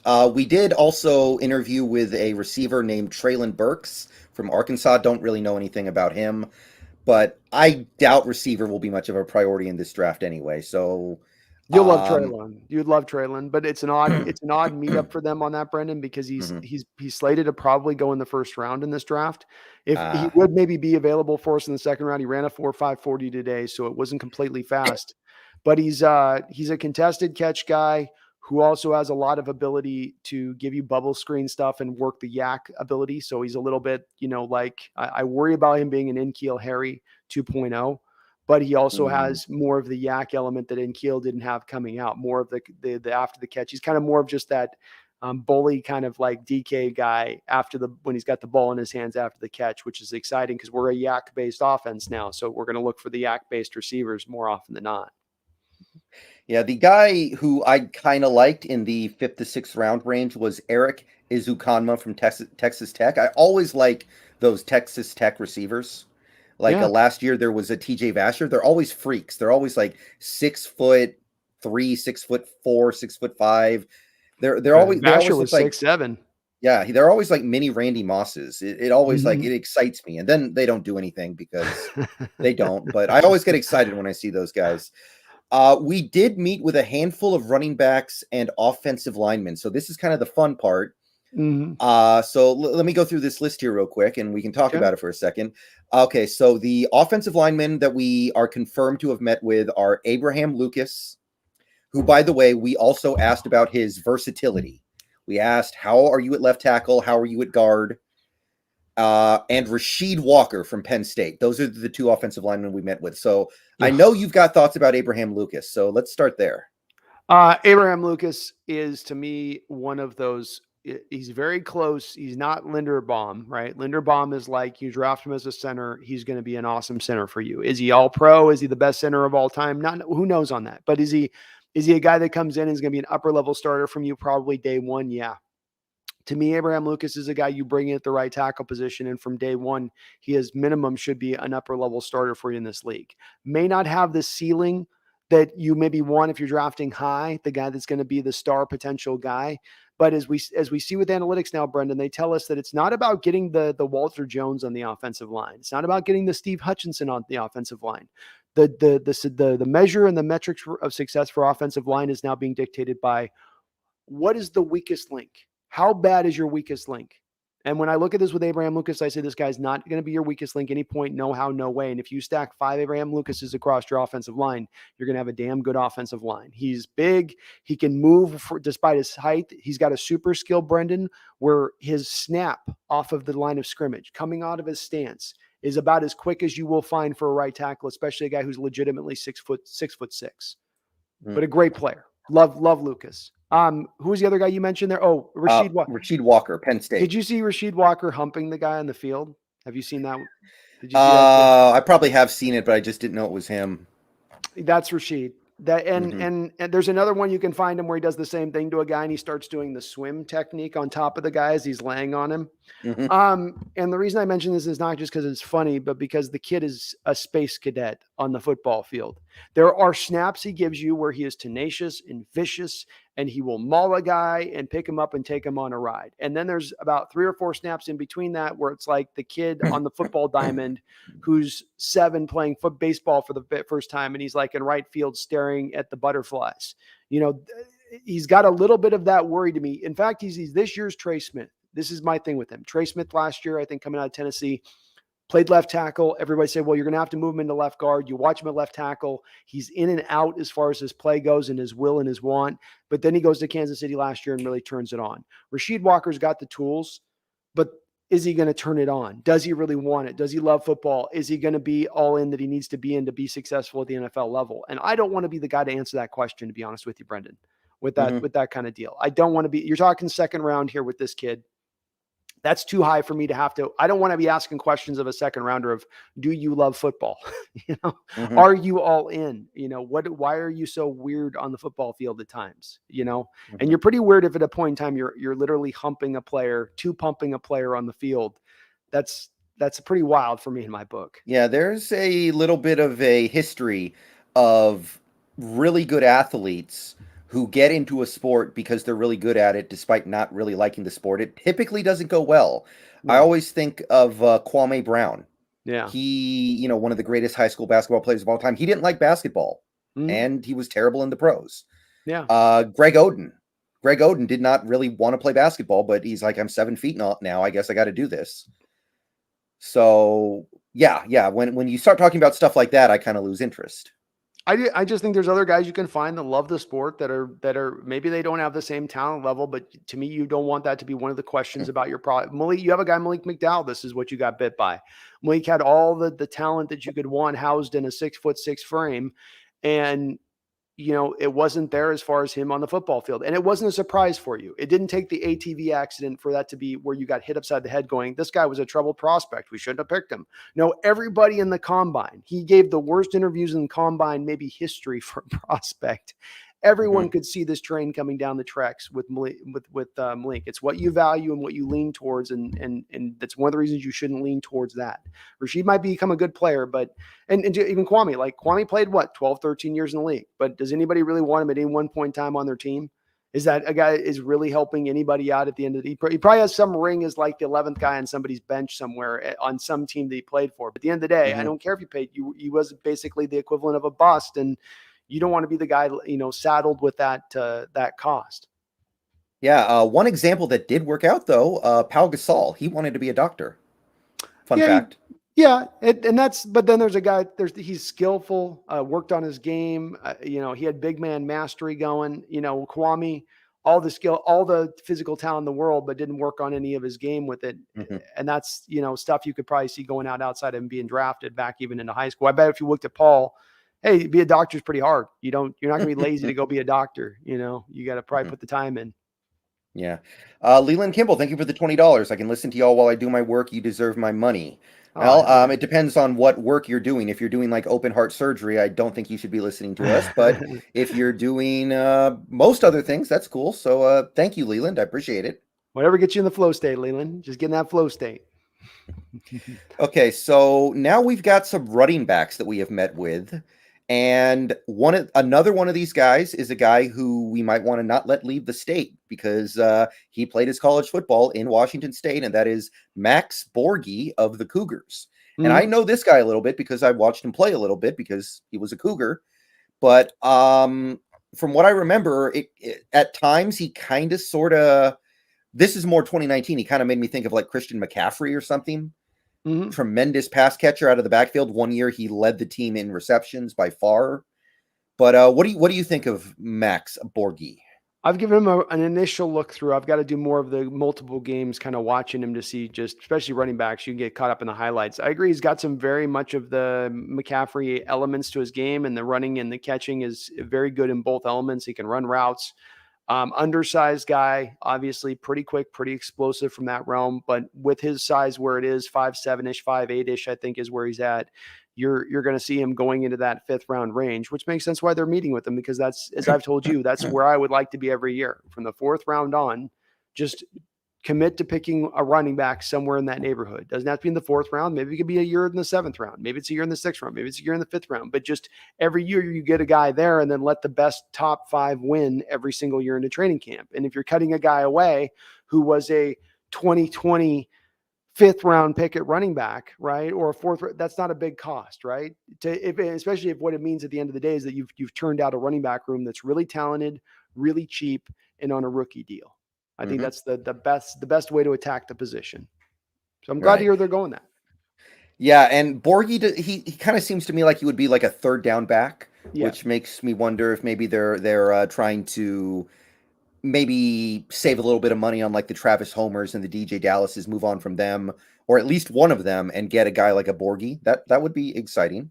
To your point on that, Homer especially, Homer's now going into that 4th year RFA, which I think pushes his deal up to like what, 2 million plus, probably 2.3 or something is what he'll be if they lay that restricted on him and roll with it. Versus you bring in Borgie, $400,000, $500,000. That's now a $2 million saving almost to go with the 5th round running back as opposed to Homer. And that's what Homer's role's been, is the 3rd down running back. So makes complete sense, and smart roster building on their part to go that direction. Okay, so the next guy we have here is interesting. He's apparently jumped in a time machine from the 1940s because he's a two-way player. Only really played running back in 2021, but did very well. actually spent 2020 playing linebacker. So that's kind of interesting. We've got ourselves another what's the name of the guy on our team who plays fullback and linebacker? Why am I blanking? Oh my God. Yes, I know what you're talking about now. I'm blanking too. Bloor. Bloor. Yep. Bloor. Right. Had 1,600 rushing yards in 2021 in 14 games and had 50 tackles in 2020 as a linebacker. Abram Smith of Baylor. Okay. So I don't know too much about this guy other than that cool little factoid that he is a two-way player. Any thoughts here? I have not looked at Abram Smith. So he's been, I'm getting into my running backs that are now moving in past the third. I've gotten through all the guys basically in the top 3 to 4 rounds, and I'm moving just past into that range. But as I understand it with him, same neighborhood of in that 4th, 5th, 6th round range I'm talking about. It's the place you want to be because running backs are really deep in every draft. And they're not, there are other high end guys that are the difference makers, but there's always those guys in the back end that are, though they're not difference makers, they're still really good quality guys that you can get. And it just takes really a commitment to picking one every year. You'll miss on some, get on some, you'll get a Chris Carson. And then other times it's just going to be a DJ Dallas. Maybe, you're going to be a little bit of a hit or miss with it. But if you just commit to it as a process, it's very hard on a lot of these guys to know who's going to be good and who isn't. That's how you end up with a James Robinson for the Jaguars 2 years ago, being one of the best running backs in the league, despite being a 7th rounder, is that it's not easy looking and calculating these running backs. So it's all the more reason why it's more about the amount of swings you take at the baseball and not how hard you're hitting it. Mm-hmm. Yeah, I agree. That's how I would approach the running back room as well. I kind of feel like that's clearly the wave of the future, and the bell cow running backs are starting to go extinct. That's been going on for a little while, though. Mike Shanahan kind of ushered that in. He did. He showed. Remember when every fantasy owner in America was furious at Mike Shanahan because he kept playing random running backs every week? Oh yeah. He still did it this year. There's some Trey Sermon people had their heart broken this year with Trey Sermon because they. Oh yeah, that's his son. Yeah, I'm talking about the dad. His dad did that too, back in Denver. Oh yeah, or you got Orlando Gary, and then you'd get they'd move on from the Clinton Portis and Terrell Davis and down the list. Tatum Bell, Mike Anderson, C.J. Anderson. That was a little later, but still. No. Okay, C.J. Anderson was the next era. Okay, but anyway, last player that we've been confirmed to have met with is Isaiah Spiller from Texas A&M. Bigger guy, 6'1". So not so much of like this little scat back like a Max Borgie or even a Abram Smith. 3 pretty productive years for the Aggies playing in the SEC. So at least he's playing real defenses, I guess. And half decent receiver out of the backfield as well. But do you have any thoughts on this guy in particular? One of my least favorite running backs at the top end of this draft. Arian Foster minus the speed. And Arian Foster was very reliant on his speed. So where Arian was probably a 4.45 guy in the 40, this guy's like a 4.6 guy on deal. So it's like he's Chris Carson, but as a slide and glide runner, not as a grinded out, go over the A gap type runner. And that doesn't excite me in the least. He's a finesse back. He's got good vision, decent size. He's got some moves. It doesn't really do much as far as falling forward or pressing the pile. Look, that's a finesse back anyway. You're not going to get that with that type of guy. But if you're going to be a finesse back to me, like the Foster type, you better have home run hitting speed. You better be able to go bust the big play. And instead, you're going to get, instead of the 60, 70 yard run with him, you get the 20-yard run. And you're not going to get it very often. And he's not fast to the hole. I'm really, really, really, really low on Spiller as a player myself. I just, man, I would not like to see that pick. Much rather Max Borgie in the, let's say, the 5th round than Spiller in the 3rd round. He's supposed to be a top 100 guy?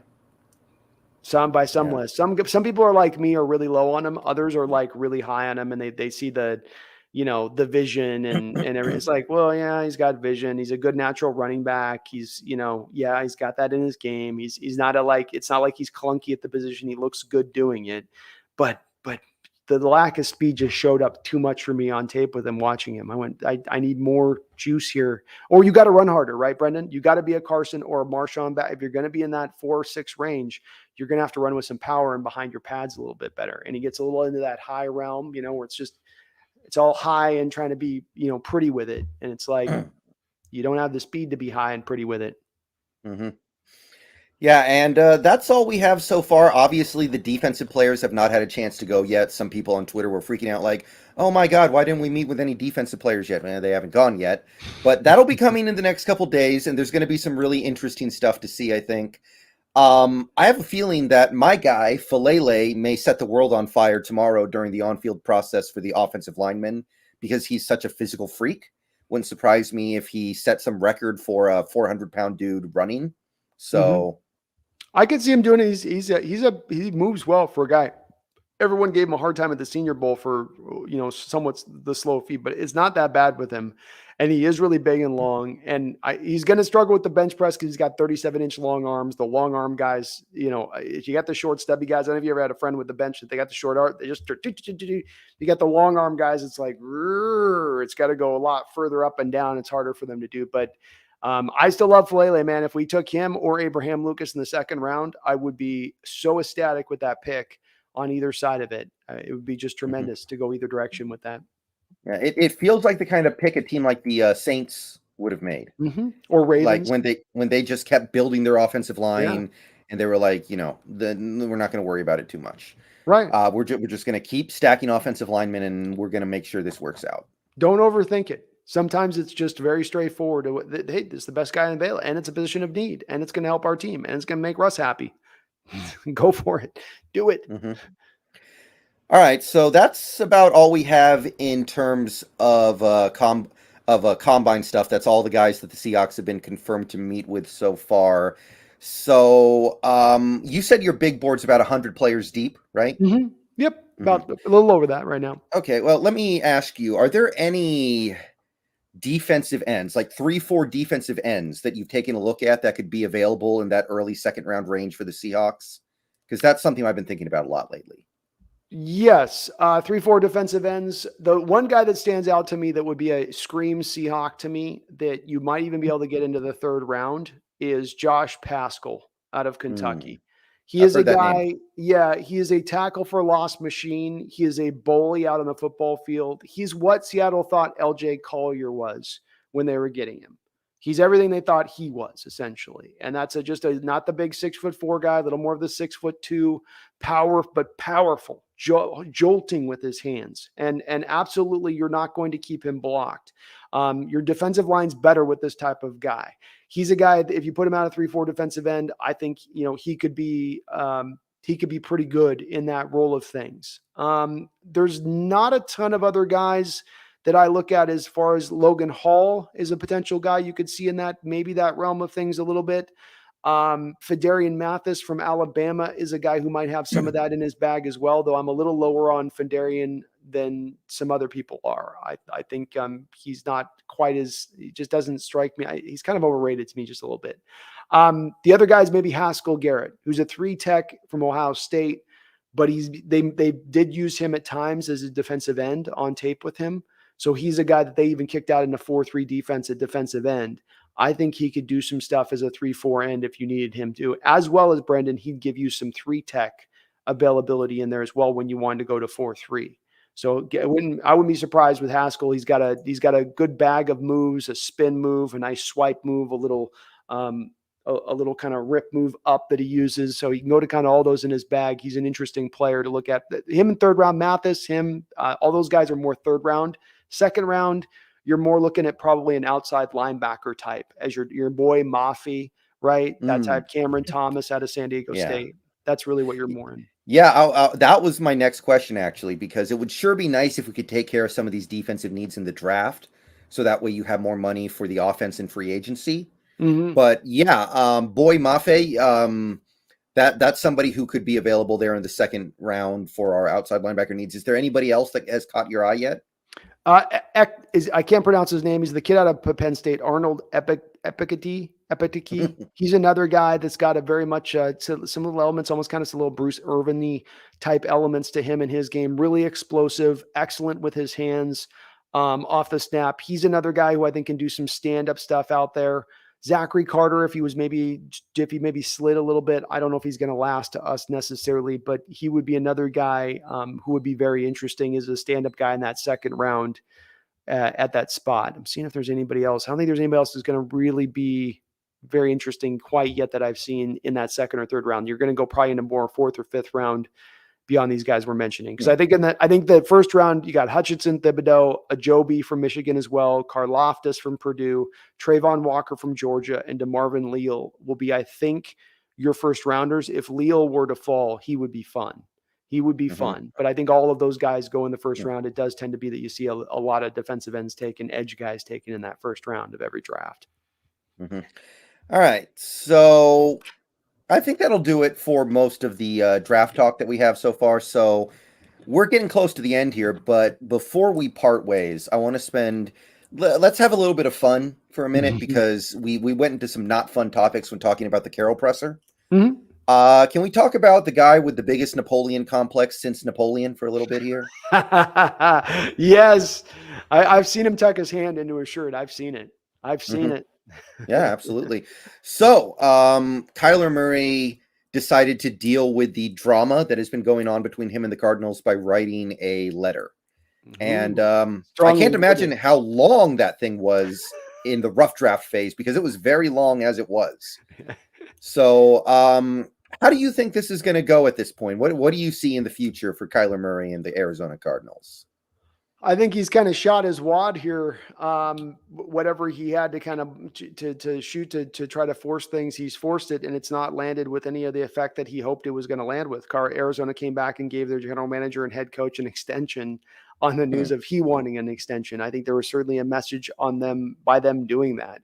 I also think that if I'm the Cardinal front office, this is why I say when you talk about the NFC West, there is no weaklings. There are no people that are just making stupid decisions at every turn. There are bad decisions made by certain teams and certain general managers, but everybody usually operates from a relatively intelligent standpoint. And what I mean by that is they're looking at the lay of the land here with first round picks that have been paid recently. And let's look at them, Brendan. Let's take a really keen look at these guys who you got paid after 3 years of their contract. That's the key here, right? Not after 4, not after 5. After 3 years, we're giving you a deal. Deshaun Watson, Carson Wentz, Jared Goff. These guys all got paid really early. And all of those teams ended up with bad deals, ended up things that they've got to get out from under. I mean, Texans still can't get out from Watson's thing, and they're still sitting there. And that's not because of bad performance by Watson, but the point is, it really did make a lot of sense in retrospect to pay those guys that early year. Get in there early so you don't have to pay late. That's what they say, Brendan. Get in early after that third year so you have to pay late. But no, you're paying now. When you drop $45 million on a quarterback and you're putting $50 million of guaranteed money down, you can massage those numbers a little bit, but that's still going up quite a bit higher than the $5 million he's costing right now on the cap, isn't it? No, I mean, even if you got the bonus every year is $10 million alone off of that, right? So that doubles it off the bonus, say nothing of the base you're running and how you structure it going forward. So from my camp, from the Cardinals camp, I understand where they're coming from by saying, no, you've got some holes to your game. You've gone to the Pro Bowl twice, whatever that's supposed to mean, but you get broken down every year. Your decision-making is sometimes questionable. And as a leader, which is one of the foremost things I need to my quarterback is good leadership, you're lacking. You're lacking. There's too much smoke to this fire of him not being a good leader and having these issues for it not to have some truth to it. Maybe not the whole truth, but definitely a partial truth. And Brendan, you say, where's this going? I'd love to hear where you think it's going as well. But I think that this is driving towards a Kyler Murray trade this offseason. There is a lot of quarterback needy teams. There are not a lot of quarterbacks on the market. Cardinals make their piece that they don't want to pay him. The next logical conclusion from that step then is don't wait a year out with him pissed on your roster just because you have club control. It's not like the Russell situation. He's not the good soldier type. He is petulant when things are supposed to be good right now. How's he going to be when you aren't giving him what he wants? This to me leads to a trade. I kind of feel like it's going that way too. I'm starting to feel that way. I think it's very interesting that they decided to extend their coach and their GM on the day of him sending out that letter. Yeah. And by the way, I don't know if Steve Keim deserves that contract extension. I don't know if his GM work really warrants that. And honestly, I don't know if Kingsbury warrants an extension, but that's at least a little more arguable.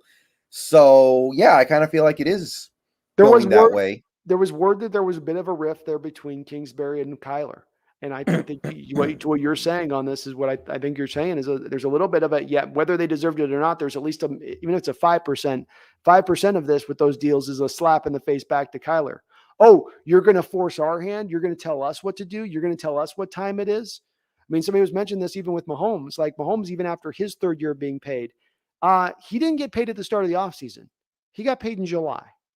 You wait your turn. You wait the team to get through what it needs to get through in its regular business through the offseason, and we'll get to you once we have time for it. For him to force it this early like this, I think a little bit in the deals they gave out on that, Brendan, was them going, oh, okay, you're going to do this. Watch this. Watch this. And you're right. I don't know that Kimes necessarily earned it, but I think that he's also had his share of doing certain smart things over the years that you look at look at their drafting from the tackle they got, who's rounded out into pretty good shape. I think the Simmons Humphreys.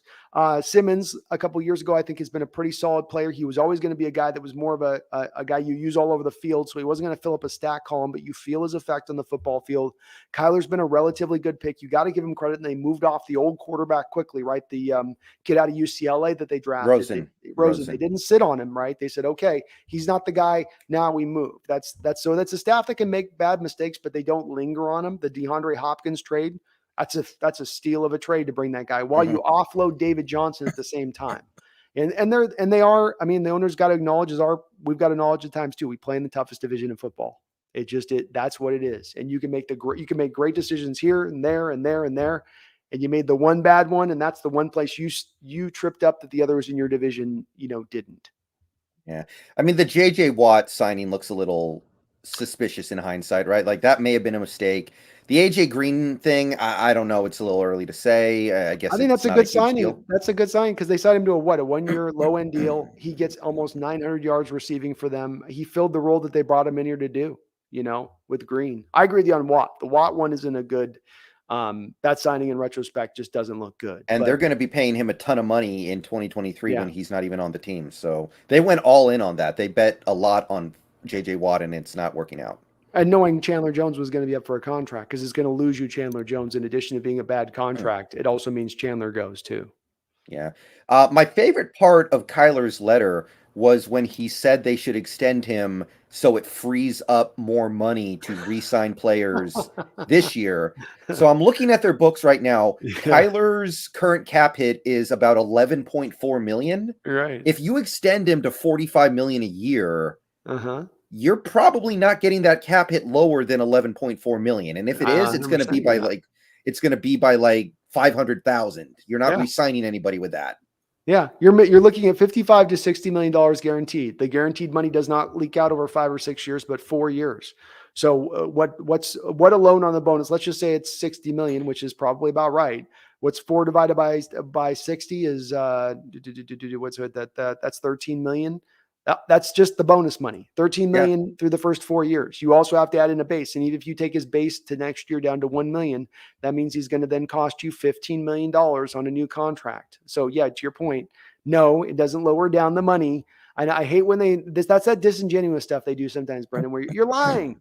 You're lying. Just say you want your money. You've earned it. You're worried about your body breaking down. Just be truthful with it. But that's why this letter's landing with a thud, is because everyone can see exactly what this thing is behind it. And it's a matter of not, again, Kyler, look, technically speaking, yeah, you've kind of earned a contract extension that you played well and you are improving, but recent NFL history, the general manager have got to pay attention to this. And there's already questions that are hanging over those general managers who pay quarterbacks incredible amounts of money. Those Kirk Cousins-like contract. Say nothing now of included into that, in addition to that, paying them after the first 3 years, paying them for a very small amount of performance that you don't know if it's sustainable or where they're going to be going forward. I mean, let's think about other young quarterbacks over the last 10 years, though. Like Wilson, after 3 years, had 6 playoff wins and a Super Bowl. Carson Wentz had a Super Bowl and had that season where he would have won MVP if he didn't get hurt. You've got, I think Lamar won MVP in his 3rd year. You have guys like Goff threw for 4,600 yards. And Goff made a Super Bowl in his 3rd year. Yeah, that was a 3rd-year Super Bowl. Deshaun Watson was playing like an MVP by year 2. So really, if you were to rank the best first 3-year runs for quarterbacks over the last 10 years, Kyler's not that high on that list. No. I would guess that he would. I mean, look at what Joe Burrow's doing, and he's only had 2 years, and he's already accomplished more than Kyler did in 3. Yeah. Josh Allen, Patrick Mahomes, all those guys in their first couple of years have all put more up than what Kyler's put up by year 3. Yeah. Yeah. And so really what Kyler's done over the first 3 years, it's good, but it's not top 10 over the last 10 years among young quarterbacks. So maybe he hasn't earned it. Maybe he's, it's better than Baker Mayfield, what he's done in his first 3 years. It's better than any first round bust you can care to name. But of the guys who actually played well, it's actually probably near the bottom. He's got a losing record. It's where we get in the gray area, right? We go, well, is he a star or is he a bust? What if he's right in the middle of that? What if he's actually in that mid area where it's a little bit better than average, but it's not the star quotient? And if you're in that area, I think you could make a pretty strong argument that you're probably not quite ready due to be paid at that point. Maybe after year 4. But again, this has been we talked about the Goff Wentz stuff and those guys getting paid. This has affected Lamar Jackson. This has affected Dak Prescott. Those guys have had to wait now to get paid. Lamar's still not paid. He was in a year earlier than Kyler. He's got an MVP. Mm-hmm. He's drafted a year early. He still has not gotten his money. But Kyler's due his first before that? I don't think so. Yeah. I mean, Lamar might never get paid the way things are going. Like if his play continues to diminish and he goes out there in 2022 and he continues this downward trend, he could be like the quarterback version of somebody like a David Boston or something who just kind of fades out quickly. Well, this is the Ravens did this. They brought in a young core. They did what some team might do with Malik Willis in this draft. Go get this guy who's really mobile with a good alive arm, but there's definitely some deficiencies to the way he throws a bit. But he's really mobile and can move around. And we're just going to use that to the utmost. And we're going to get him battered and bruised and very close to broken at times. But maybe we'll get ourselves a sneaky Super Bowl in that 4 or 5 year period for a 4 or 5 year span, and that's look, this is where if you're going to go away from the trend of paying guys after the first 3 years, if you're going to go away from the train of thought of the quarterback's up, he's due, he's now a free agent, we got to pay him because is he the best? Well, we can't ask ourselves if he's the best. He's just next up, right, Brendan? He's next up on the list. He's next due. Well, instead of now that being a no-brainer, well, then if he's next due, you pay him.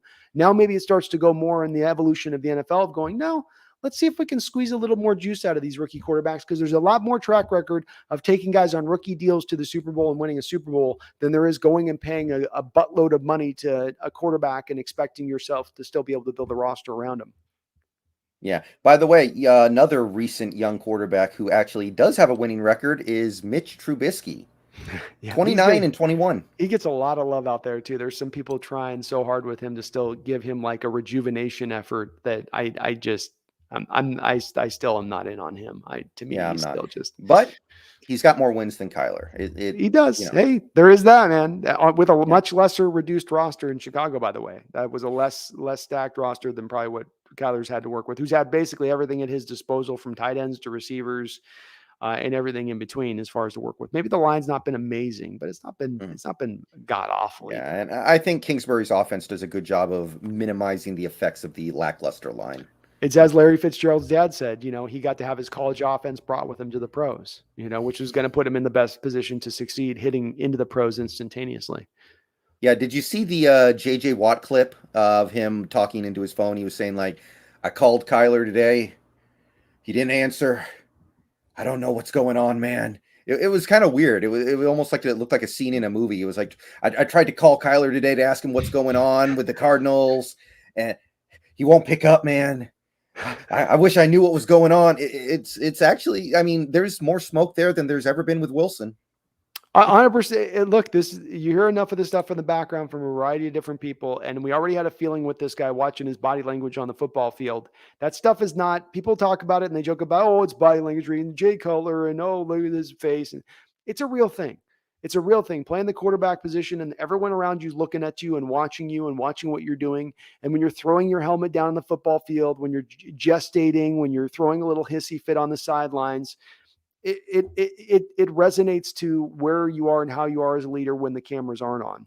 And if you're acting like that with them on, when off, that means you're probably twice as much of a problem off. And if that's the case at the quarterback position, It's no wonder why the Cardinals, despite him being a Pro Bowler twice, Rookie of the Year in his first year, it's no wonder why, despite that, they're being hesitant to pay him. Yeah, interested to see how that plays out, and it's good to see there's some drama in this division that doesn't directly involve us, right? Around the quarterback too, right? A quarterback being, is he going to go? Is he going to go? Thank God it's not Wilson for a moment. Yeah. All right, so I think that's about all we got for this week's show. The Combine's going to wrap up over the next few days, and then next week we will do our final show before the free agency period opens, and we get to find out what's really going on here, and whether or not, because a lot of people theorize that some of the stuff Carroll said last week was, or yesterday, was, kind of a smokescreen. Was because you don't want to be completely honest in those kinds of things. And that's true, but that doesn't mean that he's not going to end up doing what he said implied he was going to do. So, and they don't tend to be a cloak and dagger operation in recent years. What they tend to say is what they tend to mean. Maybe they changed it this year in that respect, Brendan, but that does tend to be, they're a walk it like they talk it type of team, for better and for worse. Mm-hmm. So there's definitely some stuff to be worried about, but time will tell. At the end of the day, actions are going to speak louder than words. So, Brandon, I want to thank you for coming out this week. My pleasure. And next week we will meet on your channel.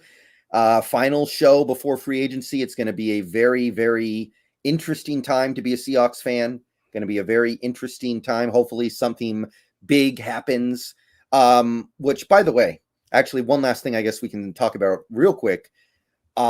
Teams can re-sign their free agents anytime as of now.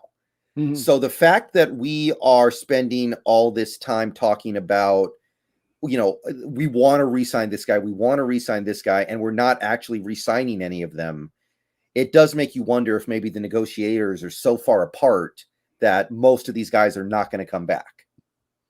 You certainly would expect if there's nothing to hold up, why wouldn't you just announce the deal and keep it moving? At this point, what's to hold up if there is a deal in place? Why wouldn't it be announced? So I agree that does lend more to what you're saying, where they do have a number point that they're putting with these guys will pay, and they don't go past it, which is good to see. It should be that way with every player. You've got a number you're willing to go, and you don't go past it. That is a smart way of roster building in its way, and especially with your own free agents, who you might have a tendency to lean back towards and try to, well, he's been such a good soldier, let's do right by him. This can't be the offseason that you operate from that sort of standpoint of things.